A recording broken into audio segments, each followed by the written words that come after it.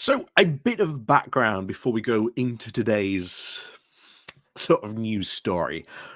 There has been some very interesting developments in, shall we say, Reform's potential future because they're eyeing up not only the complete demise of the Tory party, starting to, shall we say, gather like vultures at the feast, waiting to feed off the corpse of what will be a very defeated and weakened Conservative Party, and they hope they can massively start to profit of that. Of course, so we say the lion has not died yet, but well, the vultures are starting to circle, and it gets even worse because the big Conservative Party donors, they've read the polls, we've covered the polls here. It looks like, by all intents and purposes, to be a complete and absolute wipeout by the Conservatives, to the point where they're not even the second biggest party. And depending which one you look at, and we've seen a couple, they're not even sometimes even the third or fourth biggest party in Westminster. Now, this has worried a lot of these big Conservative donors because of the party's shift to the right. Some donors have pulled out of the Conservative Party altogether. We've seen some go over and actually now start to support Labour, and we've seen some.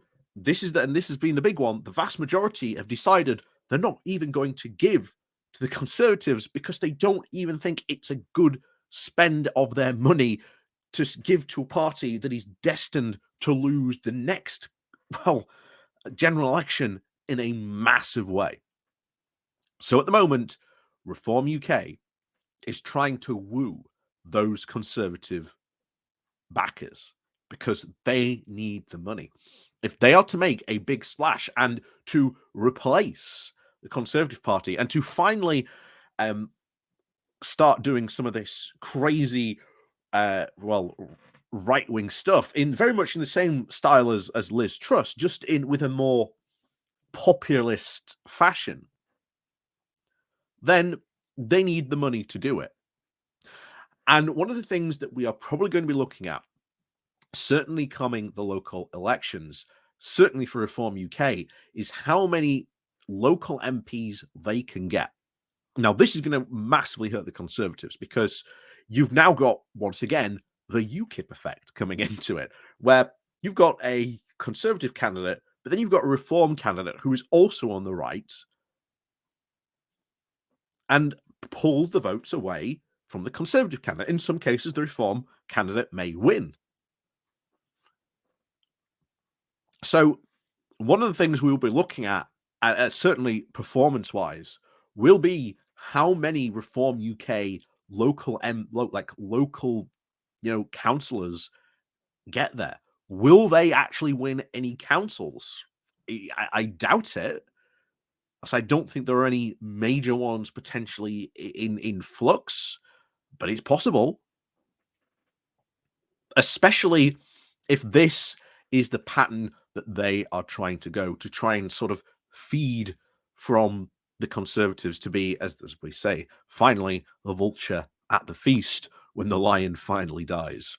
So now you've got a bit of background into what we're going to be talking about here, because it's essential you understand that before we go into the article. So before we do that as well, please do remember to click on that like, share, and subscribe button. And of course, down below, there are links to my Patreon page, the one-off donation link called Buy Me Coffee, or you can, well, buy me coffee. And of course, the YouTube thank you button and the Pony Club down below as well. And of course, remember, it is Wednesday today. So, of course, new Pony Club video to not only our Pony Club members, but also the Patreon members as well. So if you want to see not only just that video, but all the rest of the content that I've made for you guys as well, like I say, join up and sign up. And like I say, you'll get access to all that as well. So let's crack on with this then, shall we?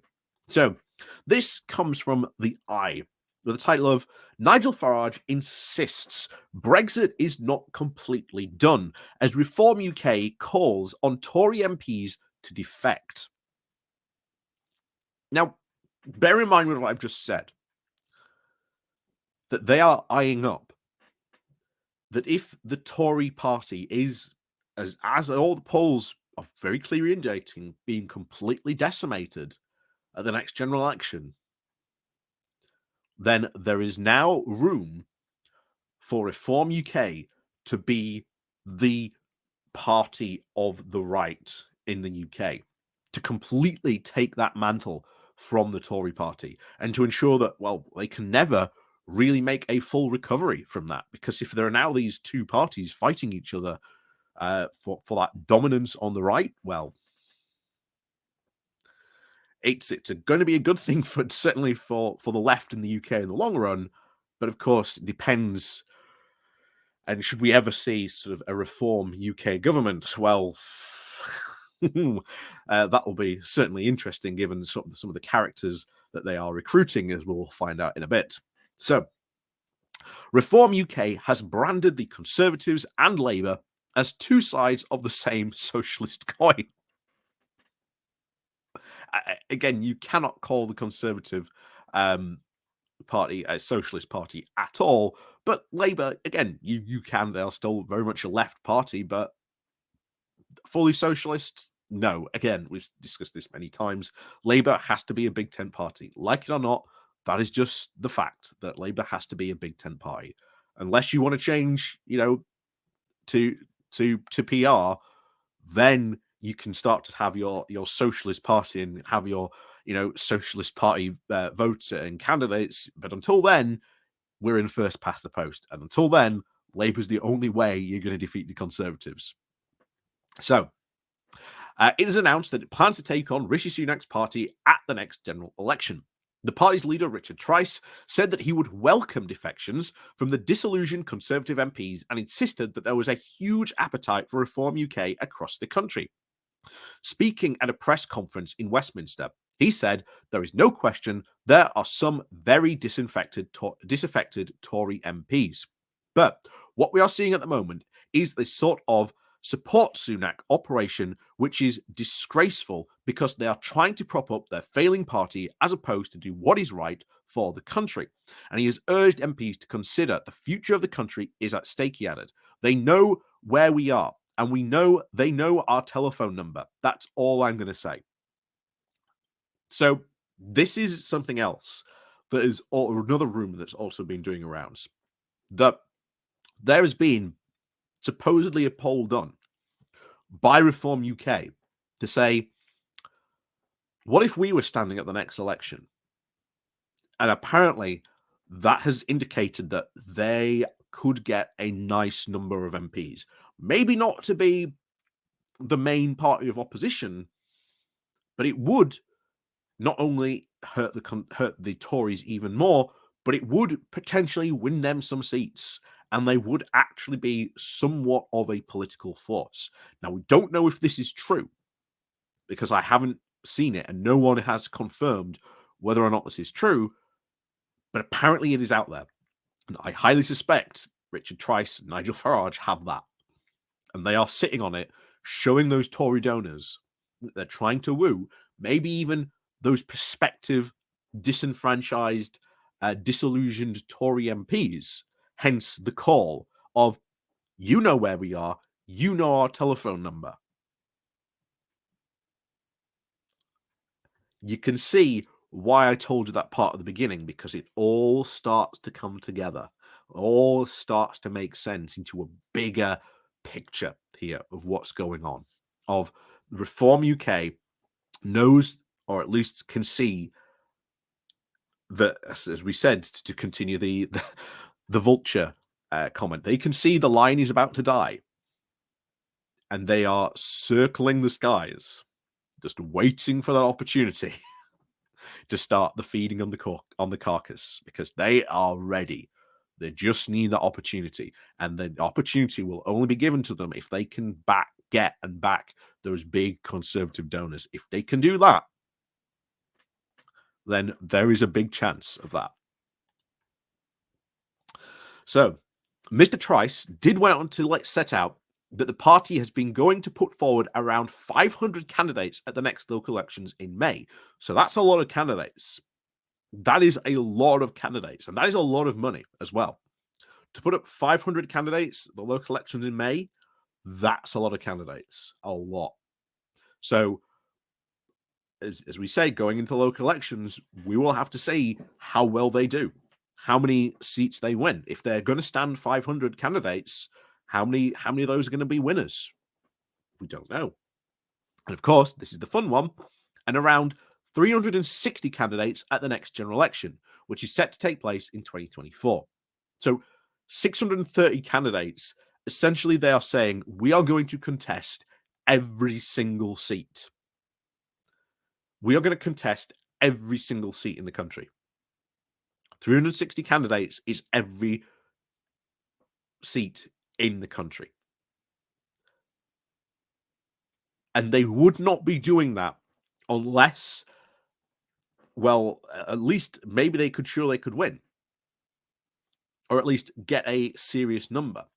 And I think this is twofold. First of all, they don't really know where they're going to get success, hence why they're going for the shotgun approach. But once they then know, then they can start targeting those seats. And if they can start targeting those seats, that means they need that big donor money. If they can get that, then even if, let's say, they win 30 seats, 10 seats, they know where to target the next election after that, and also ensure that the Conservatives are going to have an absolute nightmare on their hands, because there's going to be this other party, stealing their jargon, stealing their thunder.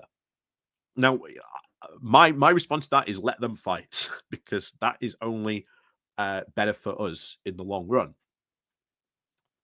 And it will certainly keep the Tories out for quite some time. But it does give Labour a very big opportunity to really be big and brave. And I keep on saying that they've got to really be big and brave at the next general election.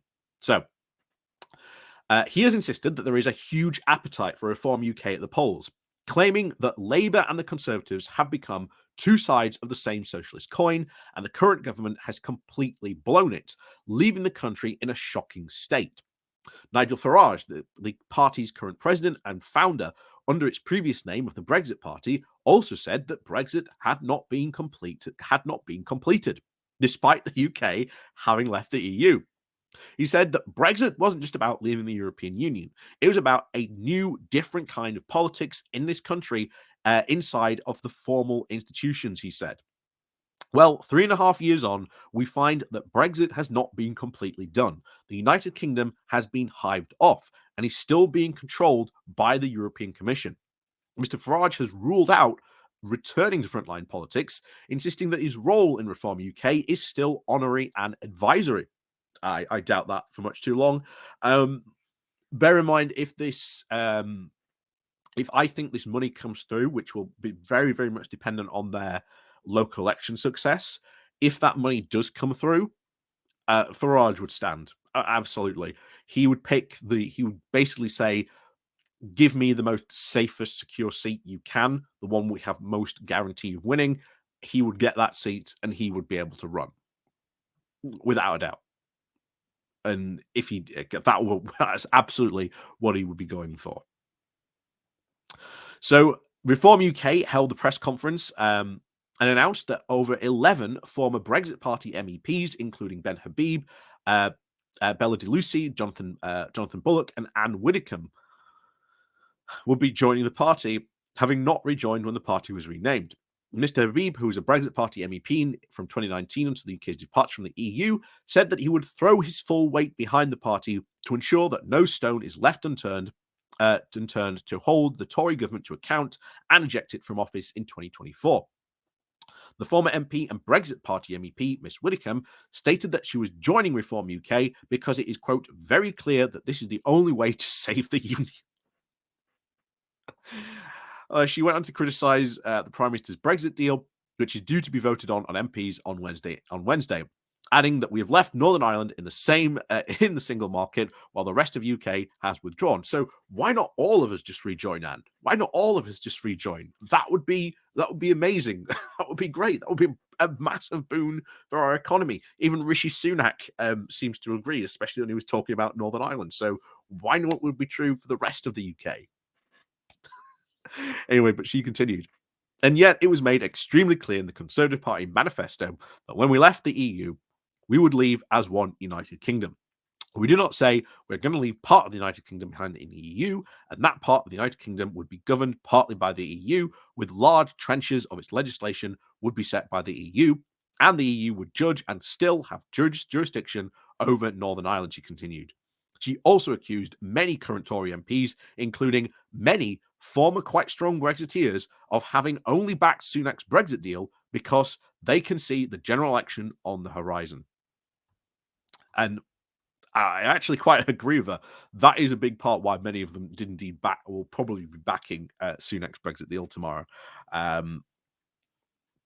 because well, they know if it doesn't pass, well, you know, then we've got problems. We've got big problems, and I think you are probably going to see it. Maybe some rebellion. I think there will be. It's rumored that there will be about 15 to 20 or so Tory MPs who will rebel, who will vote against it. And we'll see what happens to them afterwards. Will they have the whip removed? I doubt it. I don't think Sunak is in a strong enough position to do that. And even then, they don't stop being, Tory MPs. They've had the whip removed from them, so that's like the strongest thing you can do. But until the next general election, they're still going to be Tory MPs. They're still going to cause Sunak trouble. And if anything, they've now got license to go out and just start causing absolute mayhem and havoc. I mean, why not? Right? Bring on the general election sooner. Many of them will probably crying at that point. But yeah. So all of this now is the bigger picture that we're looking at here. That Reform UK can see that the Tory party is essentially about to maybe die off. And they get the sense that if they can act, if they can prove to some of these donors that are reluctant to vote, or at least give their monetary backing to the Conservative Party and get them to give it to Reform, just as Nigel Farage got the backing of many former, Conservative backers to switch over to UKIP,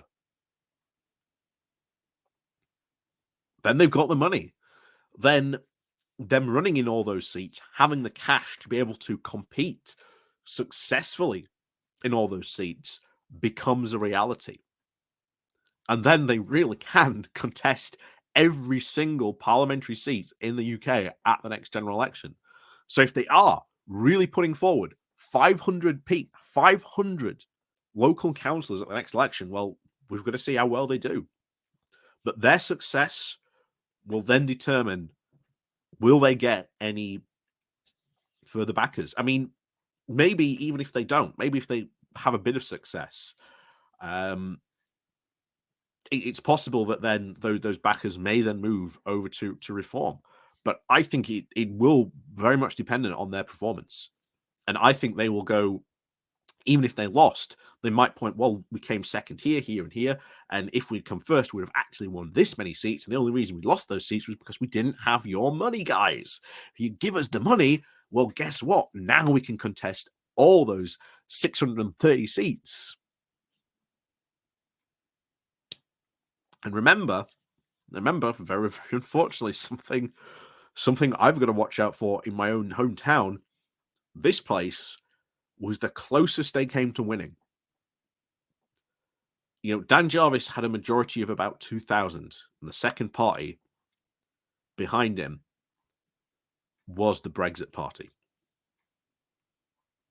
So we've really got to be careful here.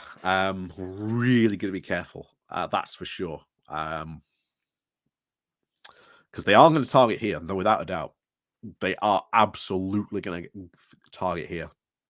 I guarantee you that, without a shadow of a doubt, they will. We're just going to see what happens. But yeah, if they perform well at the local elections, they're getting that backing money. And if they get that backing money, then yeah, it could throw the general election into a completely interesting new area. That's for sure. But it will guarantee that it will hurt the Tories far, far more than it will Labour. That is for sure.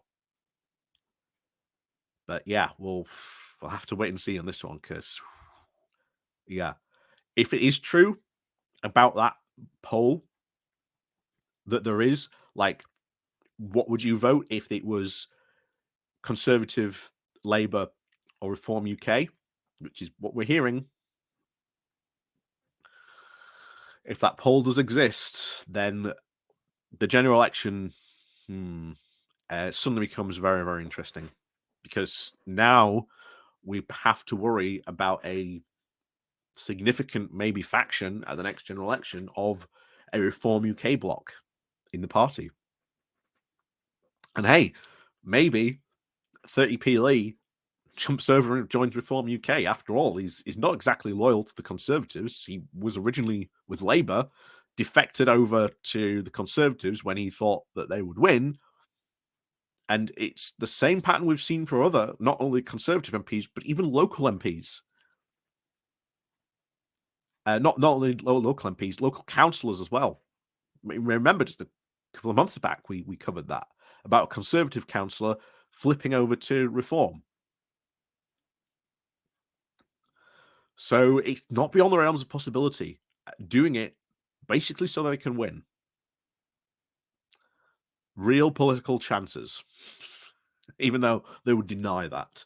But yeah, interesting times certainly ahead. And like I say, if that does prove to be true, if that is really true, that Farage and Tice are actually sitting on that poll, not using it as showing it publicly, but shall we say, as they've been doing, showing it to donors to try and woo them over to backing Reform UK, well,